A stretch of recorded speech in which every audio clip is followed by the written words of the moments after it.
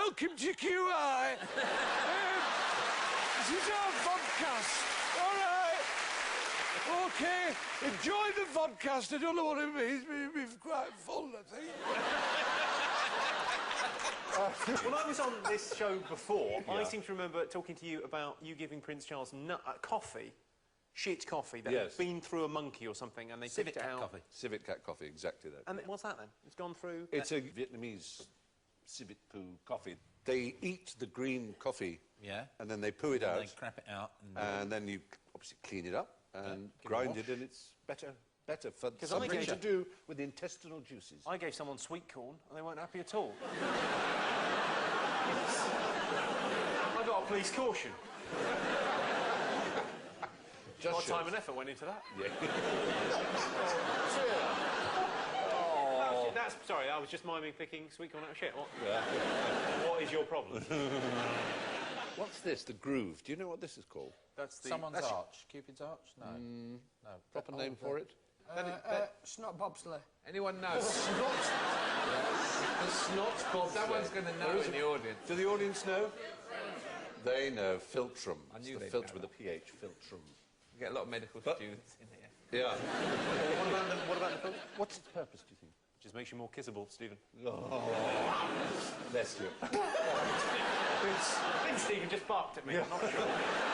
It's more of course, it was quite fashionable the early part of the 20th century to grow moustaches just in the filter. Who did that? Oh, I remember there was a fellow, he was a bad man. Yes, what was his name? I can't remember his name. Charlie Chaplin, that's the one. Yes. And Adolf Hitler. Robert Mugabe also had one, and I think he still does. A little filter moustache. And Oliver Hardy had one for quite a long time. But do you know why we have them? No discernible reason. Well, they don't have a function, but they have a cause. I mean, there's a reason they're there. They've been caused by something. Is it that it's when you form as a child? If you get a cleft palate, that hasn't fully formed. It's the last bit that forms, isn't it? Well, that's right. It's the left and right sides of the embryo meeting, and the body is symmetrical, more or less, as you know. And in fact, we have another seam, if you like, between the anus and the root of the scrotal sac, if you're a man. Oh, called the taint, which is the perineum. Biffin's Bridge. Yeah. Anyway, that is very much a seam where the two sides meet, and also the little bit of the chin here. They're called raphes. It's where the two bits match up. I prefer Biffin's Bridge. Do you? I think your Biffin's Bridge is very nice. Have you been rambling there? Very good. Thank you. So what does it do? It doesn't do anything, really, to be honest. It stops people from seeing your teeth. Yeah. You might just be able to get, if you've got a deep one, you can drink beer and breathe at the same time. You can let the air, you can let the air out of the bottle at the same time, because you can just do that. Some people can. You can only do that if your father worked for the Muppet Show. And had sex with a puppet. You can't drink from a bottle and breathe. I have to confess, I will bow to your superior knowledge. No, because I now see I wasted 3 weeks ahead of me. Experimenting. Yeah. The first person to have plastic surgery going, I was told categorically I would be able to breathe and drink from a bottle at the same time. It's just this bit in the middle isn't working properly and I want it very rough and closer together. What's made from E941, E948, E936, E290 and E939, and what happens if you have some? Food, glorious food. E4037. Very good. Does it add up to that? No shit, it doesn't. But what would happen, all those E numbers, imagine, try and have a wild plump. You'd have a mad half-hour running around the living room. Oh! Runs you mad. Oh, that was a bit mean of them, wasn't it? Yep. Oh, because you were thinking of hyperactivity, weren't you? Yeah. It's not one of those. It's not one of those tartrazine sunset yellow ones. Yes. Is it the new Bacon McFlurry? Spangles. Not Spangles, no. Any other thoughts? Smarties. Magnums. No. Well, they're colours, they're preservatives... Anything you could possibly add to a food has to be given an E number. Yeah. In fact, there are E numbers for rust, aluminium, So you can silver. add rust to food? Well, I know, it's weird, isn't it? Formaldehyde, sand is E551. Yes, darling. It's a Ford Fiesta. The new one. The new, right. Yeah. The one with the E940. That's the one. Actually, I'll tell you what they all are. E941 is nitrogen. E948 is oxygen. Air. Yes, air is... I was just giving you air in E numbers. Well done.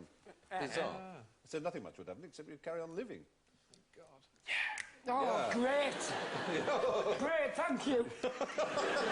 It's not so bad. Have you got any less of that? So the point is nothing would happen to you. They are the main ingredients of air. Now to something rather more substantial. What would a Tyrannosaurus Rex taste like? Yes. Chicken? Oh, Phil, yes. We thought we'd double bluff you and you'd go, not chicken. But it is chicken. Well, they're birds. They are birds. Yeah. And there is a man from Harvard University who is completely convinced that T-Rex tasted of chicken. Sorry, he's completely convinced. Convinced, yeah. Why, so he's done the reason he's gone, oh, it tastes like Stegosaurus at all. Yeah. Of course, everything tastes like Stegosaurus. No. I'll give you his theory. It's a little bit complicated. Things that taste of chicken must have a common ancestor that also tasted of chicken. He tasted a number of different animals and found out that all birds, some mammals and all reptiles taste of chicken. All other mammals taste of pork or beef, while all seafood have a seafoody taste. He has hypothesised that based on the fact that its closest modern relatives are chickens and other chicken-flavoured lizards, T-Rex must have tasted of chicken. Could you not argue? Is he still working out at the university, or is he now working out at the car park? No, well... Also, it depends what you do with a T-Rex. I mean, I imagine it'd be slightly tough after all these years. No, not little arms. You'd think. If you could afford just the little arms. And say, you know, just go, I don't want the rest of it. What a waste that'd be. Just what then? T-Rex wings. Just a box of T-Rex. Yeah, the arms. Do you know a very interesting thing about some... I think this is quite interesting. The Diplodocus, right, lived 140 million years ago. It was a long time ago, in the Jurassic period, right?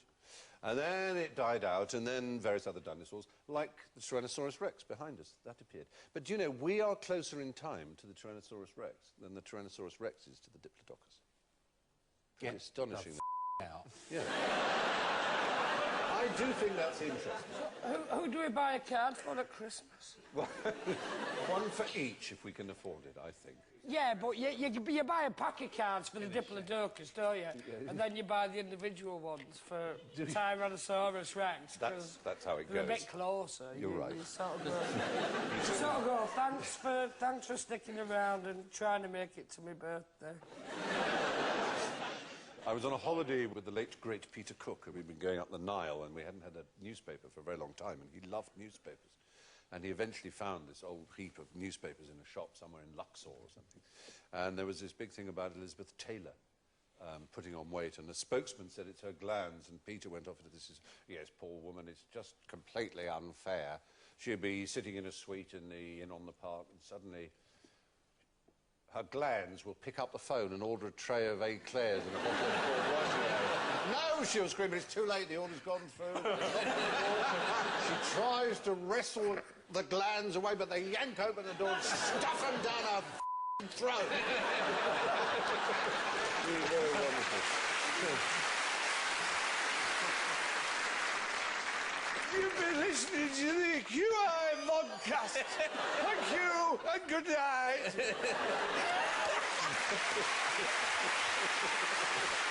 Oh, dear.